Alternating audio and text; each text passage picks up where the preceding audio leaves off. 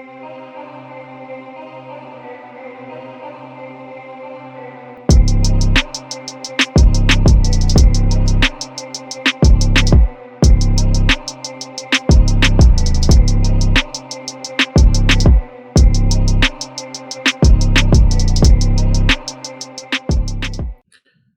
right, see, this is going, sounding good.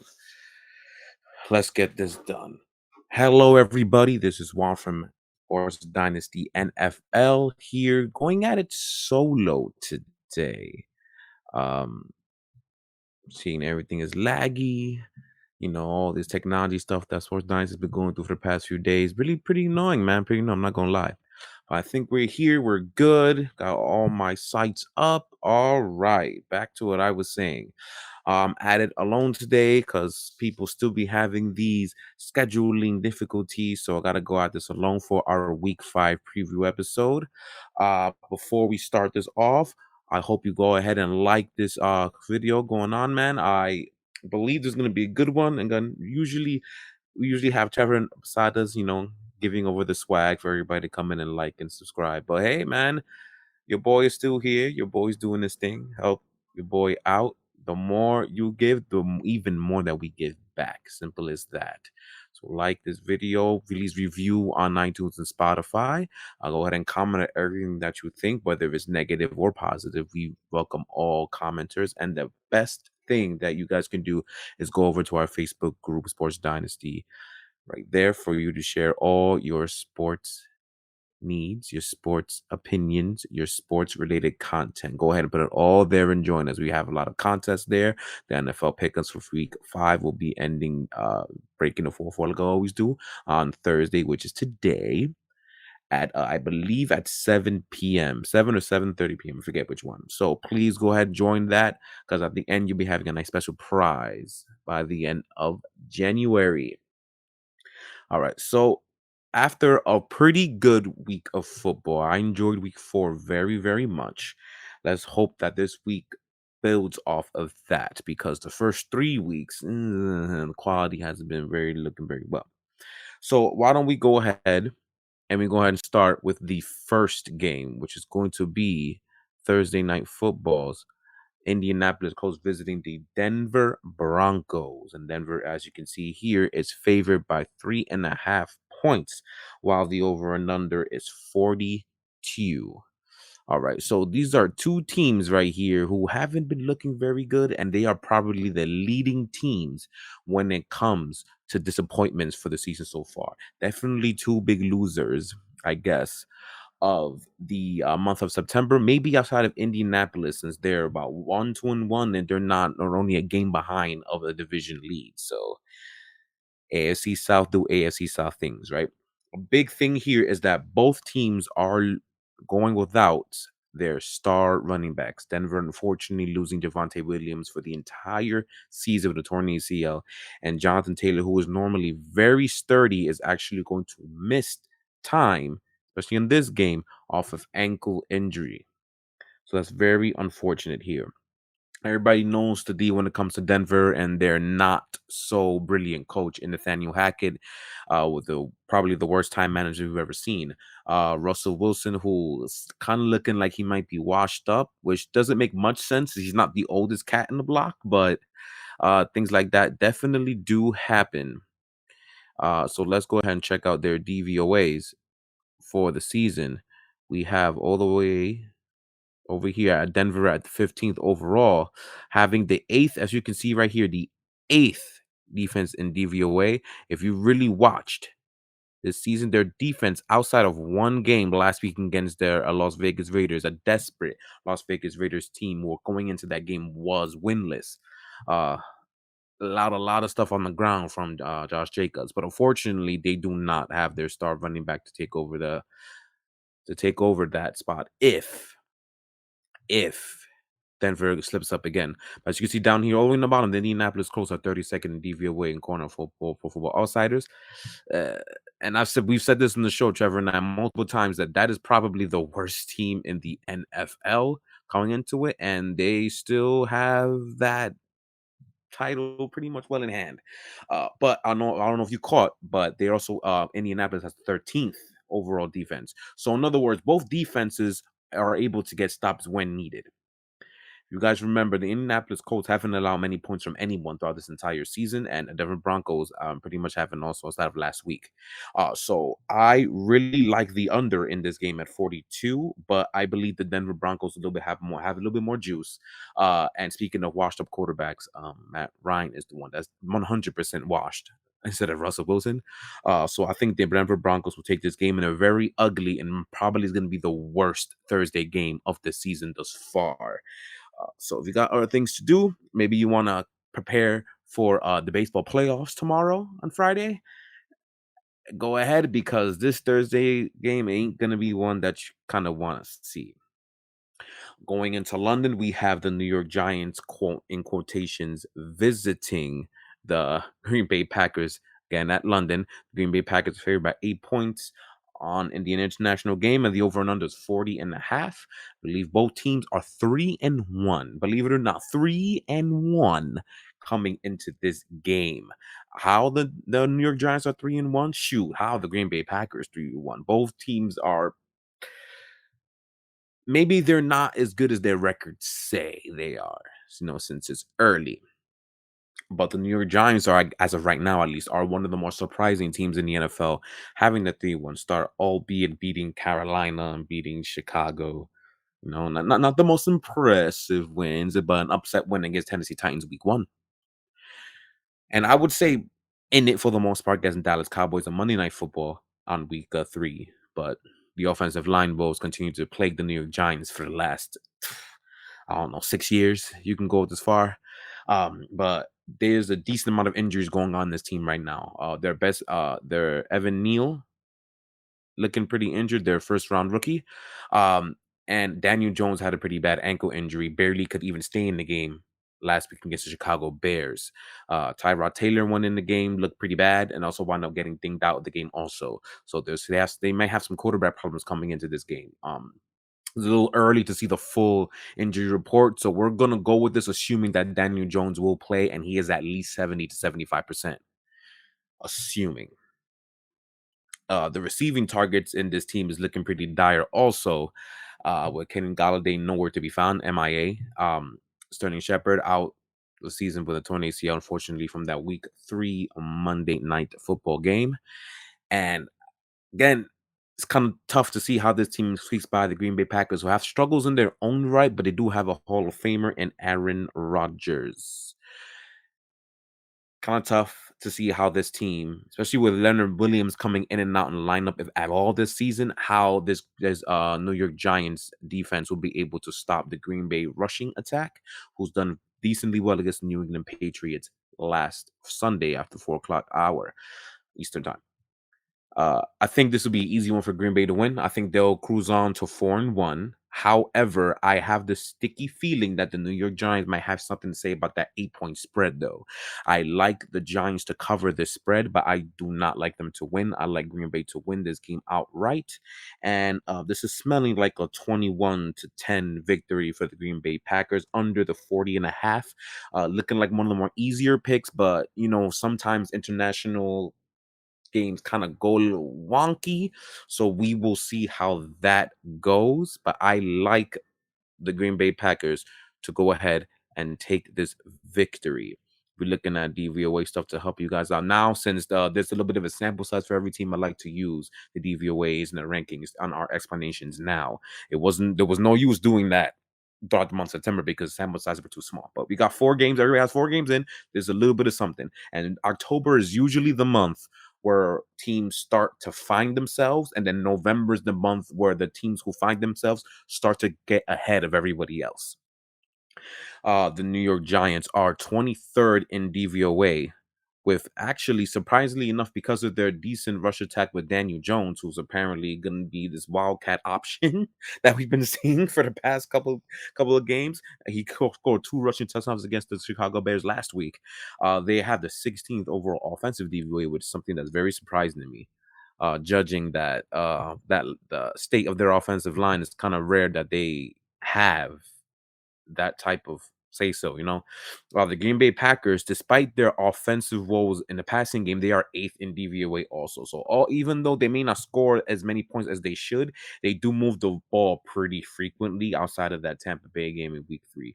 So that's looking good for them. I like the Green Bay Packers easily. Now let's move on. Let's go with the Chicago Bears visiting the Minnesota Vikings. And here the Minnesota Vikings are favored by 7.5 points, while the over and under is surprisingly 44 for a Chicago Bears team who, if we talk about the Giants offense being inept, the Chicago Bears is a different animal. Although they are one of the top teams in rushing, I believe they are top 3 in rushing this year, while the Atlanta Falcons, I believe, are the number 1 rushing team in the NFL. Um, the Chicago defense is continues. I guess it's just a franchise mantra at this point because DVOA wise, they're 15th. They're 15th in DVOA, the Chicago Bears defense. Again, we always say not the strongest, schedule when it comes to offensive teams that they have played. However, what they played is what they played, and that's what the data is saying as of right now. So I 100% expect the Bears to somehow keep this close. Defensively, they'll more likely will, especially with their new coach in Matt Eberflus, as a defensive guy from the Indianapolis Colts. Uh, I expect them to keep this game close, but I do expect the Minnesota Vikings, a very up and down team, in my opinion, this year. They are 17th in DVOA. Their defense just kind of comes and goes. They'll have decent performances, but at the end of the day, kind of fold a little bit when it matters half the time. So, it's a tough game based off who is going to cover the spread. But in terms of winning, I expect Minnesota at home to take this victory. Um, I like I think I like Chicago to cover the 7. I think 7.5 is too big for a Minnesota team who almost lost to an injury riddled Saints team out in London a week prior. Andy Dalton and Chris Olave was doing their thing, easily moving the ball against this Minnesota defense. However, Justin Fields isn't the most competent thrower of the football right now, but they do have their Darnell Mooney who can stretch the field. Hopefully they find something for those two to get going. They did a little bit against New York Giants last week in a big 74-yard pass. Hopefully they find something to get going because if they're gonna win the football game, they're gonna have to go in the air because I don't think the run is gonna be enough to carry them in this game, especially with that big front in Minnesota. So I like Minnesota to win. I do not like them covering the 7.5 point spread, though. It'll depend on how the offense moves the football because they're up and down at this point. For over and unders, I like under, but I can see a world with the Minnesota Vikings somehow win this game 28-17, which would be above 44. It's 45. So the over and under definitely a stay away from me in this game, but I do like the Chicago Bears to cover. Minnesota wins this football game though. Let's go with the Miami Dolphins visiting the New York Jets, who came off a pretty nice victory over the Pittsburgh Steelers last week with Zach Wilson's 2022 debut. Obviously, Tua Tagovailoa will not be playing this game. We will not be making any of those type of talks in this one, okay? I like getting her enough. Uh, Miami is favored on the road by 3.5, while the over and under in this game is a surprising 46 points. I kind of don't know where that's coming from, but they do have Teddy Bridgewater, who is one of the better, if not the best, backup in the NFL coming in and playing this game. However, if you look at the early injury reports for the Miami Dolphins, there's a lot of notable injuries coming into this game. Jalen Waddle hasn't participated in practice for the last 2 days. Teron Armstead is injured in this game also. We also have a few defensive linemen for the Miami Dolphins who are also injured. Kind of a big deal in this case. It was looking like it might be just Tyreek Hill and Cedric Wilson playing in this game as the 1-2 punch. If Jalen Waddle can't go, we don't know yet. We'll find out on Sunday. Some of the reasons why I'll be honest with you guys, I'm not even gonna lie. A big reason why I can't stand doing these picks so early is because of the fact that injuries really make a difference in a lot of these games. And looking at half the injury reports, especially this season, where like at least 16 of the 32 teams have like 10 plus people on the injury report for something. It really makes these games hard to pick so early. I This is why when I do my bets, I do them on Sundays by like 12:15 because I need to see who's playing and who's not. And and even though I'm very sure, and I know what, for next show, or at least the next preview show for week 6, I'm gonna get my record on what I've been correct on so far, and I'm gonna share it with you because I'm very sure I've hit a lot of these for you guys. So, I think I'm doing a pretty good job for a guy who's under the 8 ball when it comes to knowing who's playing, who's not on when we record, usually on Wednesdays, but today on Thursday. Uh, Off of that tangent. Anyway, like I was saying, there's a lot of injuries in this Miami team going in on a divisional home turf, divisional rival for the New York Jets, who's coming off pretty high off a pretty good win at Pittsburgh, even though, let's keep it real, a quarterback got benched in that game. So Jets had a nice little head start on beating the Pittsburgh Steelers when Trubisky was still in the damn field. I don't know. There's a big chance that Mike Tomlin knew all this was going to happen, and he just wanted Kenny Pickett to get the three games of like sitting, knowing what not to do, watching Trubisky, and maybe even warming him up for the Pittsburgh fans. Since this past quarterback class wasn't the most highly touted quarterback class, no, not really many people that anybody was excited for, especially since like 4 or 5 of the quarterbacks went after the second round, and only one of them went early, and this was Kenny Pickett. So I guess he kind of might have been slow cooking for 3 weeks, getting people to want him to come in. So then when he comes in, whatever happens, there won't be much of a backlash. It might be a PR move. Don't quote me on it. Very possible, but that's probably why it took Kenny Pickett so long to come in, because I've said this before. I don't understand for the life of me how Mitchell Trubisky just took the job and easily took the job. There's no way. Like you were not going to sit there and tell me, after what we've seen this guy do for the last 5 years, tell me that he was better than Kenny Pickett. I no. And as you saw in that game, even though Kenny Pickett did come out with 3 interceptions, I understand this is a Jets thing. I will get to the Jets, especially since next is Pittsburgh. Just that I know I might forget this. That's what I'm telling you guys now. Although he threw 3 interceptions, I didn't think any of those were really his fault like that. I thought he came out pretty well. So in other words, if he would have played the full game, there is a possibility the Jets may come in with another loss instead of 2-2. But needless to say, the Jets get their thing, and I really like their defense this year so far. The talent is really coming around. I'm telling you, uh, the GM for the New York Giants really is doing his thing down there. We said it in the last show with Alex and I that he's a huge winner this year. Huge winner with all the talent going on. It's up to Salah to do something about it. Okay. So over and under, we said it's 46. I can't stand that over and under. I like this to be more of a defensive battle. I don't see any team getting more than 24 points in this game. I'm going to safely pick Miami to win and cover that 3.5. I like a 24-20 victory for the Miami Dolphins. Something safe. That'll be the 44 coverage. So it'll be under the 46.5 points. Miami's very injury riddled, but that's why you get a quarterback like Teddy Bridgewater to cover. If you guys remember, the last time he was in the backup role with the New Orleans Saints, I believe it was 2020 when that happened. I think I forget, it was 2019, 2020, one of those 2 years where he took over for Drew Brees, who had an injured thumb, and Drew Brees missed like 6 or 7 games, and Teddy Bridgewater, I think, won like 4 out of the 6 games, something like that. Cable backups, like I said, one of the best backups in the league because he's a fringe starter himself. So I'm gonna go with him because I still don't trust.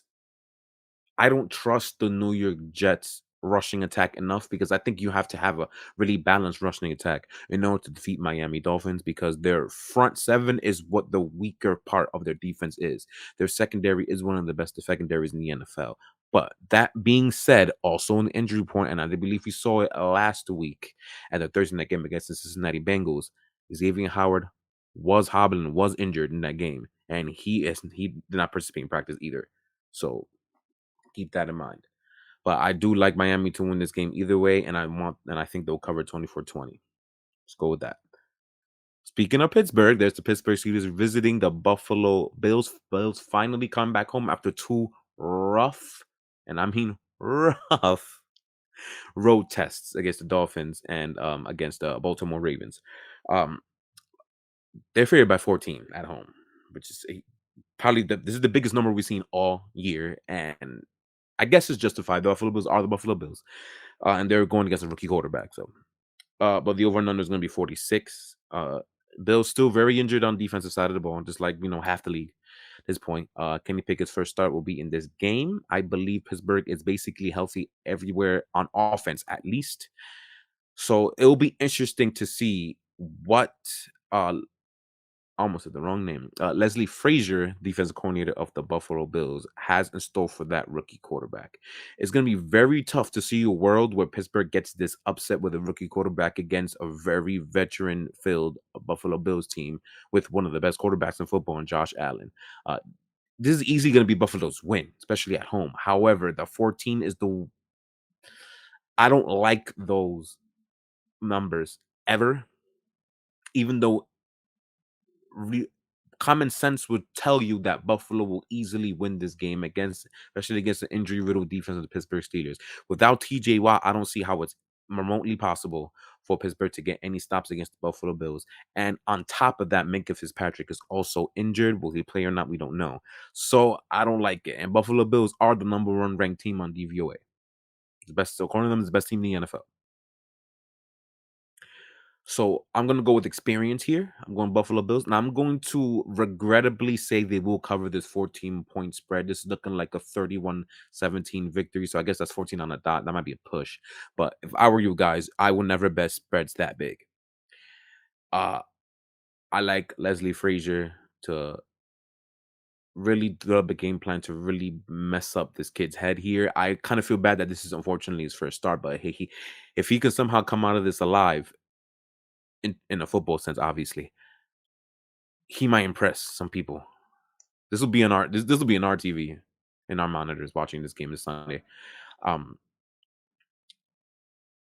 we'll see if the Bills try to get Devin Singletary more involved in this game. They should be trying to run the football. Pittsburgh can't stop the run, so I don't know why they don't run this more often than they should. But we'll see what they decide to do. But they'll win this game. They'll be fine. They will definitely be fine. And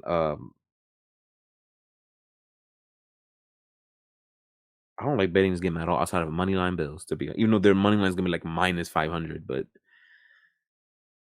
is that 46 is really creeping me out. I'll go with it. I'll go with under. Like I said, let me see, 31 to 7. Nope, that's actually over. That's over.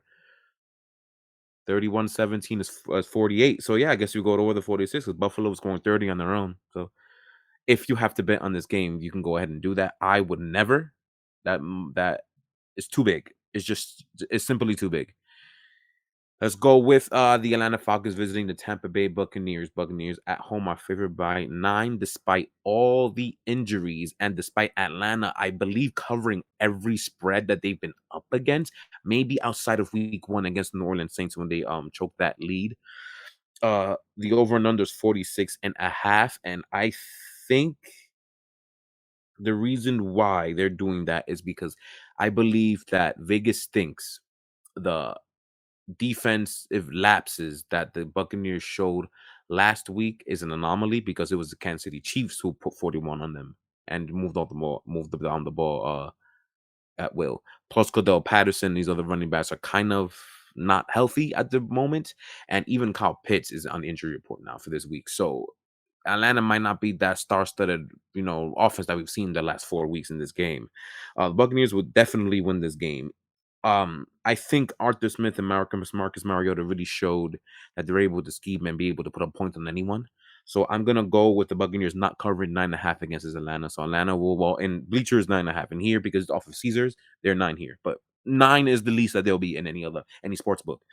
I don't think they'll cover the 9. I like Atlanta to continue their streak and cover the spread, but they're not winning this game. They're just completely inferior. Even though Tom Brady's injured and everybody else is injured in this team so far now, I still like them to win.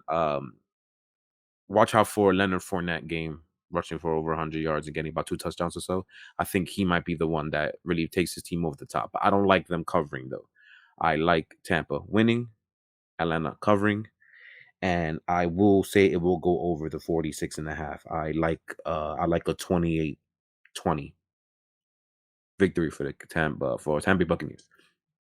Excuse me. Uh Los Angeles Chargers will be visiting the Cleveland Browns. One of the hardest picks, in my opinion, in this entire week. This is a tough one. The Chargers are road favorites against the Cleveland Browns at 2.5, while the over and under for this game will be a 47.5. Very, very, very tough call because both teams, again, I know I keep reiterating this point about injury reports, but a lot of star players in both these teams, especially the Chargers, are out or may not be, all injured. It's tough to call. The thing is that the Cleveland Browns have this magnificent running attack. They have a quarterback who has been showing all year in Jacoby Brissett that can move the football down the field. But scoring, especially last week against the Atlanta Falcons, scoring was not their forte, which will bode in the Chargers' favor because Chargers do know how to score points, and they did it in plenty, albeit against the Houston Texans last week. Um, I went with the Chargers to take this game. Since it's only 2.5, I'll say they'll cover that spread. But I believe this is going to be a very close game. I like a 27-24 victory for the Los Angeles Chargers, which will put them above the 47. So I think both teams will score points. I believe Justin Herbert's getting healthier and healthier as time goes on. So thank goodness, because the NFL needs players like him to stay healthy and give people a reason to watch. You know what I mean? So I like them here. I hated the Browns defense all year. I believe they'll be getting Myles Garrett back. Do not ask me how the hell that mastodon is coming back after a whole car accident a week prior. I don't know, but he was limited in practice, but there are no major injuries in his count. So he more than likely will suit up for this game, I believe. But I think he might be the only big defender for the front seven of Cleveland to come back, though. Cole Morrow still hurt. David Clowney still hurt. So a lot of injuries in this team, and I did not like how undisciplined this secondary has been for the last 4 weeks, allowing the things that they've been allowing. I like the Chargers to win. I will say they covered 20, like I said, 27-24, covering into three. So it'll be 2.5 will be covered. And over the 47, I won't say that I'm confident in it. I don't feel good about it, but that's what my brain is telling me. So I'm gonna go with it. The Houston Texans will be visiting the Jacksonville Jaguars after a pretty bad loss in the rain. The Jaguars at home are favored by 7, while the over and under is 43.5. I like the Jacksonville Jaguars to cover the spread. I will go with a 28-14 victory for the Jacksonville Jaguars, which I believe will be covering the under for the 43.5 at 42. The Houston Texans are a team who is just as allergic to scoring. Apparently, they don't really score any points at all. They scored their most last week, and it was only 24 points. Okay, I believe before that it was week 1 where they tied with the Indianapolis Colts with 20. Very bad football team.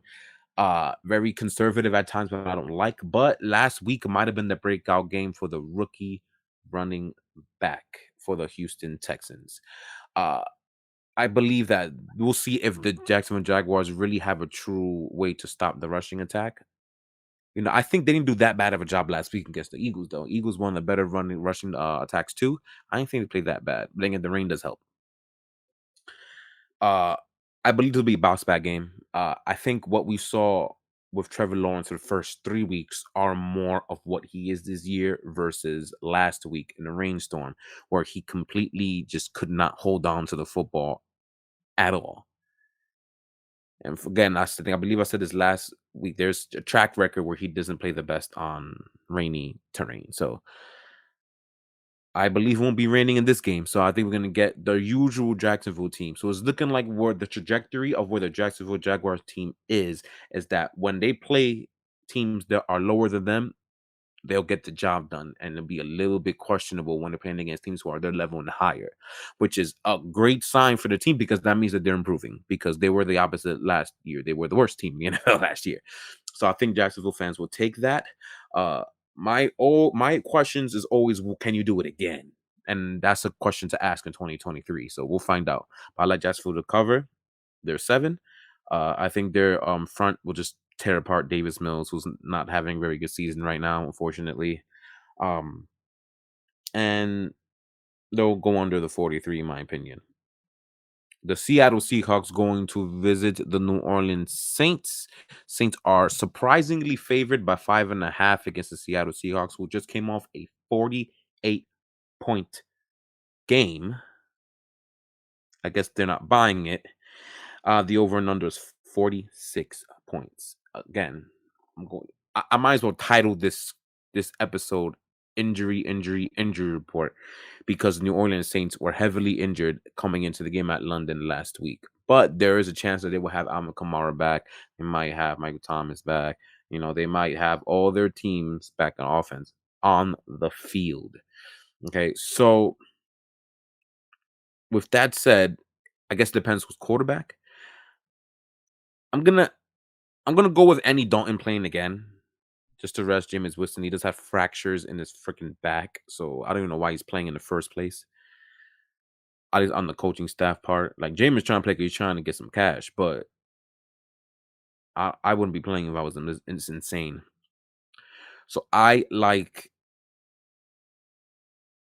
New Orleans to take this game. It's kind of hard for me to believe seeing Seattle consistently getting wins when they're a team that was projected to be the worst in the NFL. Not by me, not by us in Sports Dynasty, but by a lot of people. I think they just played the right team for them to look like something. They played against the Detroit Lions, who's by far the worst defense in the NFL, according to DVOA and according to eyes. If you watch, Okay. Uh a team that averages more points given up than more points scored by the offense, and the offense scores 35 a game. This is the defense they're talking about. I like the Saints to be able to score points. I like the Saints defense to show up, get pressure on Geno Smith, take advantage of a bad offensive line, especially Rashad Penny, kind of in the injury report also, which is a huge reason why they just completely trounced the Detroit Lions last week in terms of their defense. Um, Andy Dalton can still move the football, as he's shown last week against the Minnesota Vikings. Andy Dalton can still make the passes he needs to, and with Alvin Kamara there, and it's pretty reliable running backs in Mark Ingram and Latavius Murray in the backfield. I think Andy Dalton is taken care of with a pretty decent offensive line, and I will say this: if he looks better and puts up some points again, this the Jameis Winston thing's looking pretty bad, man. I just got to say. But I'll take the Saints. I'll take them to cover. I think they win by a touchdown. I'm going to go with the Saints winning 24-17. But yeah, I know I picked a lot of unders. That's what I've been winning with. I'm betting the last few weeks is under bet. So until that changes, I'm going to keep going with it. The New England Patriots are favored at home by 3 against the Detroit Lions. And the over and under for that game is going to be 45.5. Actually went down. I think it opened up at like 46 on Tuesday, but went down by half in the game. The quarterback for New England Patriots are questionable. We have no idea who was playing. Brian Hoyer was knocked down last week against the Green Bay Packers. Bailey Zappi came in and did an admirable job against the Green Bay Packers. Not many incompletions, throwing the ball when he needs to throw the ball. A nice touchdown pass, even though it probably shouldn't be called back for a delay of game, but whatever. Touchdown pass there. Pretty good with Devontae Parker. He did what he had to do, and he was pretty admirable. They're going against the worst defense in the NFL. This is going to be, I believe, this is the first game that the Detroit Lions are going to be outside in pretty decently cold weather, especially since it's in the East Coast around here. It's been in the 40s and low 50s for the past week. It is supposed to warm up starting today, though. So the temperatures won't be good. Jared Goff is usually not one to play well in a not so hot outdoorsy thing. He's been very good this season, actually. He's been very good, actually, doing his thing all year. He's going against Bill Belichick. Going against New England Patriots defense was very scrappy, who might find something in their rookie cornerback in Jack Jones, who looking like a turnover forcing machine. And especially if the Lions don't get their star players back, half their offensive line, Amon St. Brown, for example, this might be a getting close to a thrashing, if anything. I like the Patriots to cover this 3-point lead they have here. And there actually might be a sighting of the second round rookie and Tyquan Thornton debuting in this game, and no better defense to go to debut against the worst one, the Lions.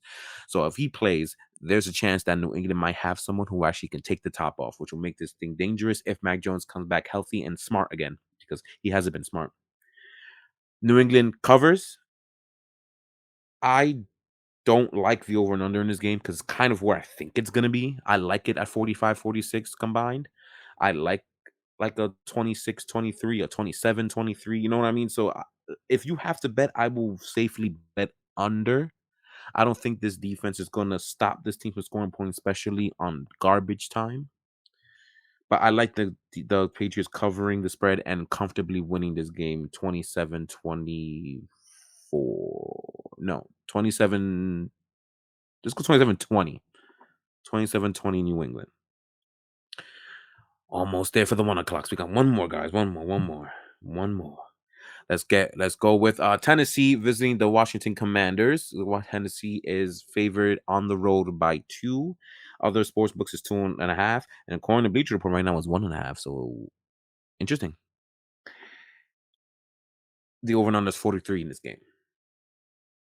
There will be no Treylon Burks in this game, I believe. He might be gone for a couple of weeks. So there's no notable receiver the Tennessee Titans have in this game. However, the Washington Commanders looking like they don't want to play anymore. I believe that Ron Rivera might win the race in first coach fired, unfortunately.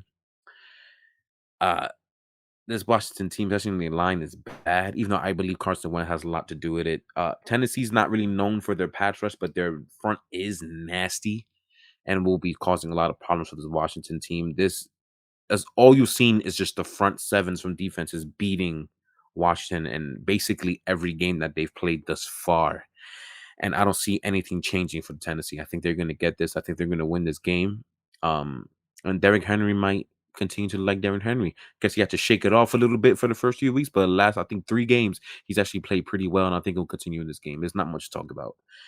They will be having a new coach, and a lot of things be changing this Washington team after this year. They can pretty much chalk it in, I think, at this point. Tennessee covers, and the Commanders haven't been scoring points either. This is a bad team, dude. Like keep it real, it's a bad team. I don't have a score, but I will go under. I think it'll be similar to Indianapolis. That they beat Indianapolis 24-17 last week. They as in the Tennessee Titans. So I like a similar score. Maybe 24-14 this time, but under. I like that. Are we on the 4 o'clocks? All right, we're on the 4 o'clocks. I think we have 5 games left, so bear with me, guys. And you liking this content, man? Please go ahead, share it, man, with everybody you know. Pretty soon, I believe we're gonna start having people coming on the show also. Now that it's more of a sample size, we get the fans input in this games. Can't wait to hear from you guys personally. It's gonna be awesome. All right, San Francisco visiting Carolina Panthers. This didn't take very long either. Carolina is a 6.5 point underdogs in their own house against a ridiculous San Francisco 49ers defense who just absolutely destroyed the Rams on Monday Night Football. We're not going to talk about this much. San Francisco will win this game and win this game pretty easily. I like the unders 39 and I almost like it. I would stay away from it, but if you have to bet, you still go under. You just have to, if you bet under, you have to hope that San Fran's defense doesn't get touchdowns. Just that simple. Baker's just been an atrocity. I'm sorry. Very bad in this team. This team is not good at all. I'm surprised Matt Rule isn't getting his way out the door faster. Haven't heard any news from that for some reason in this. I don't get it. This team is very bad. They're 28th in DVOA right now. Their defense is the only bright spot, and they're 12th, but they have a 31st offensive DVOA. 31st. Baker Mayfield's been bad. And they have skill position guys. It's just they just can't get anything together, and does show you that the firing of Joe Brady a year ago was just plain stupid. And you go from a guy who got Burrow to look like the best college football quarterback in NFL history, being an ex-Saints disciple, and you're just gonna use him as scapegoat when Matt Rule is the one that's actually the problem. I don't know what else to say about this game besides San Fran is going to cover that spread very easily, and it's going to go. It might go under that 39. Is a very big possibility. San Fran's they rolling, man.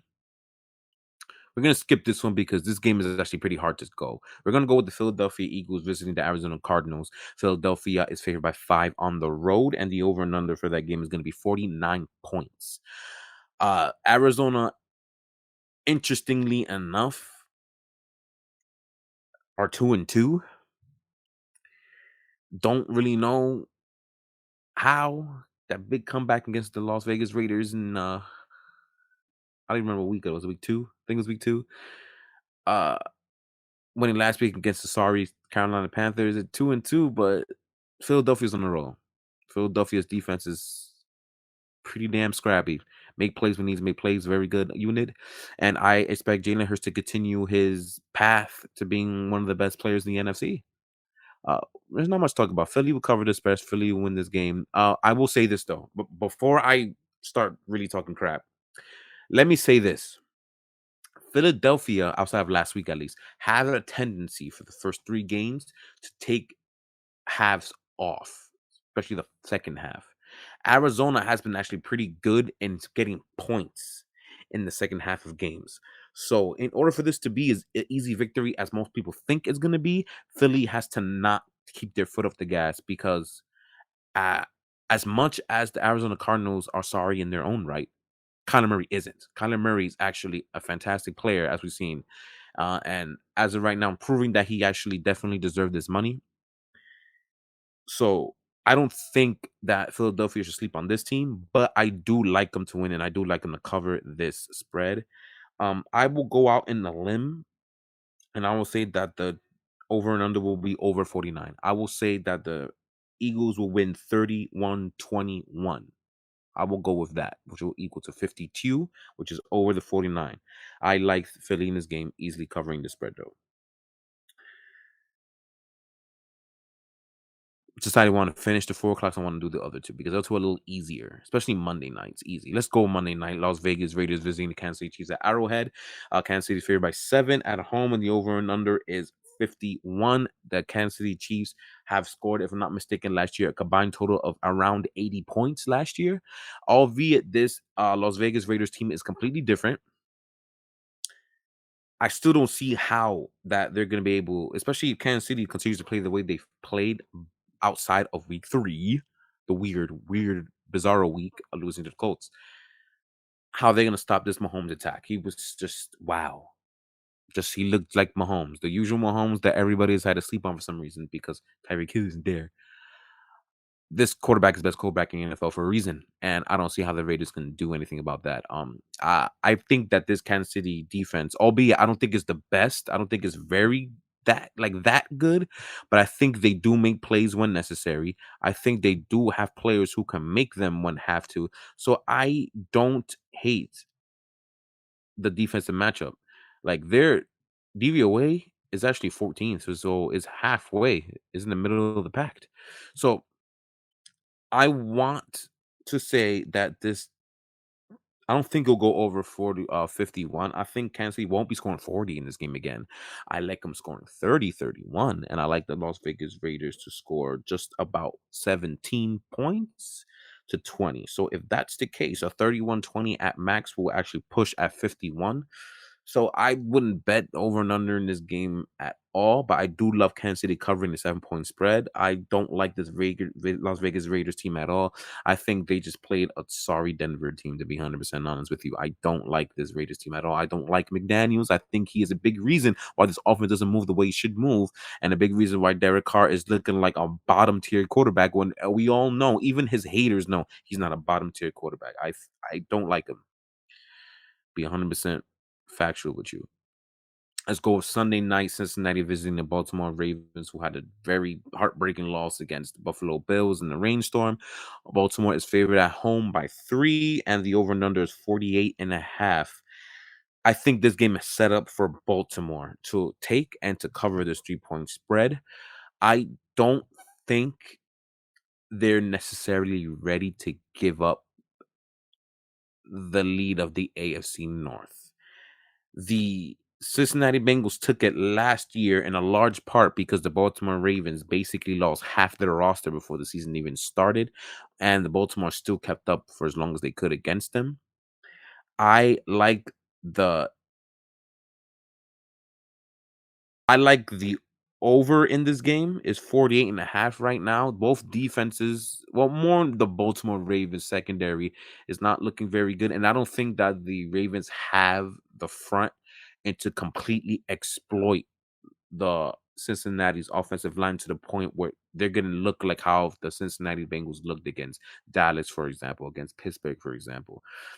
I think that the Bengals are going to be able to score points. I just like Lamar Jackson. I'm gonna tell you straight up. That's exactly the reason why I picked Baltimore. But I think this team is gonna play with a different attitude because I don't think they like the fact that they lost the division to this team a year ago because of the external circumstances that they had to deal with. I believe Baltimore thinks they are the class of this division, and they should rightfully so. Even though Cleveland's right behind them, we all have the same record. Um, I'm interested to see how Lamar is utilized in this game. Um, but the problem with this team to me is that they kind of struggling to put teams away when they have them on the ropes. They did it against the Jets, but that was week 1 against Joe Flacco. And they did it against New England Patriots when they were never in a position to put anything away. It was a back and forth game for about 3 to 3.5 quarters. But against Miami and against Buffalo, it's been pretty bad. They had him and they just let him go. I think this game they won't let things go. I think they will take it to Cincy in this game. This is going to be a very entertaining. Might be the best game of the week, honestly. But I like a 31-27 victory for the Baltimore Ravens. Dang near 60 combined. I don't know why that's 48.5. Maybe there's something that they know that I don't, but I like Baltimore to cover the spread, and I like them to go over the 48. As you can see the back behind me right here, see Burrow's jersey. I'm sorry, my boy. It's my guy, but you can lose this one. And now let's finish off with the Dallas Cowboys going to Los Angeles Rams Stadium, SoFi. Rams are favored at home by 5.5, and the over and under is 43. I'm going to tell you right now, I do not understand for the life of me why the Los Angeles Rams are favored by so much. I don't know if these people have seen the defensive line of the Dallas Cowboys wreaking havoc on everyone they've played so far.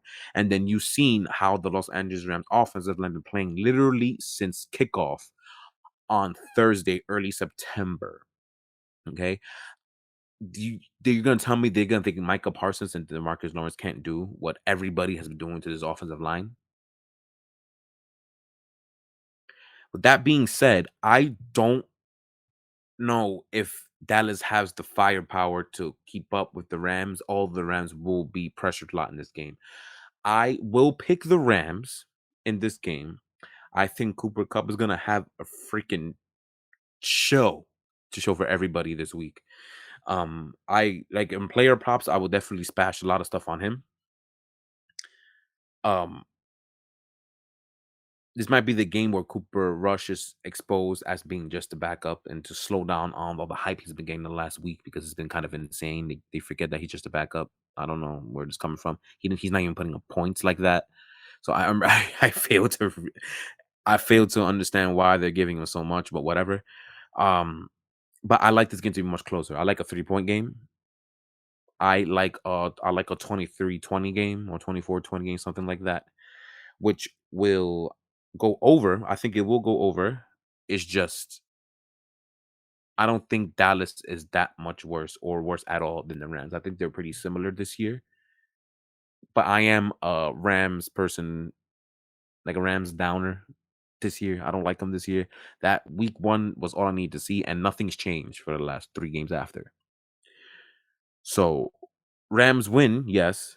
Rams do not cover. I like Dallas to cover, and we'll probably be seeing Dak Prescott at week 6, and I believe week 6 might be against Philadelphia. I'll tell you guys right now. Yeah, on Sunday Night Football. I think Dak Prescott makes his return to the football field against the Philadelphia Eagles week 6. This will be Cooper, to my opinion, Cooper Rush's last game, and I think he might be exposed by the great Aaron Donald in this game. I'm gonna go with Rams 24, Dallas 20 with the 44 combination, which will go over, I believe, in this game or under. Over in this game by 1 point. And that is the week 5 slate. Put all your picks here. Let you guys see my noggin one more time before you guys go. I thank you guys very, very much for listening.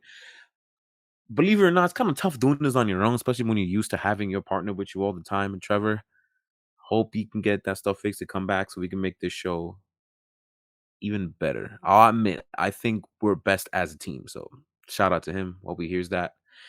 All right. So on reminders to go ahead and like, share this video with everybody in this podcast, everyone that you know, man. I believe we'll be having more guys coming in soon because I would love to have people's opinions on their teams now, especially on this wonky NFL football season of 2022. It'd be great to have other people on this.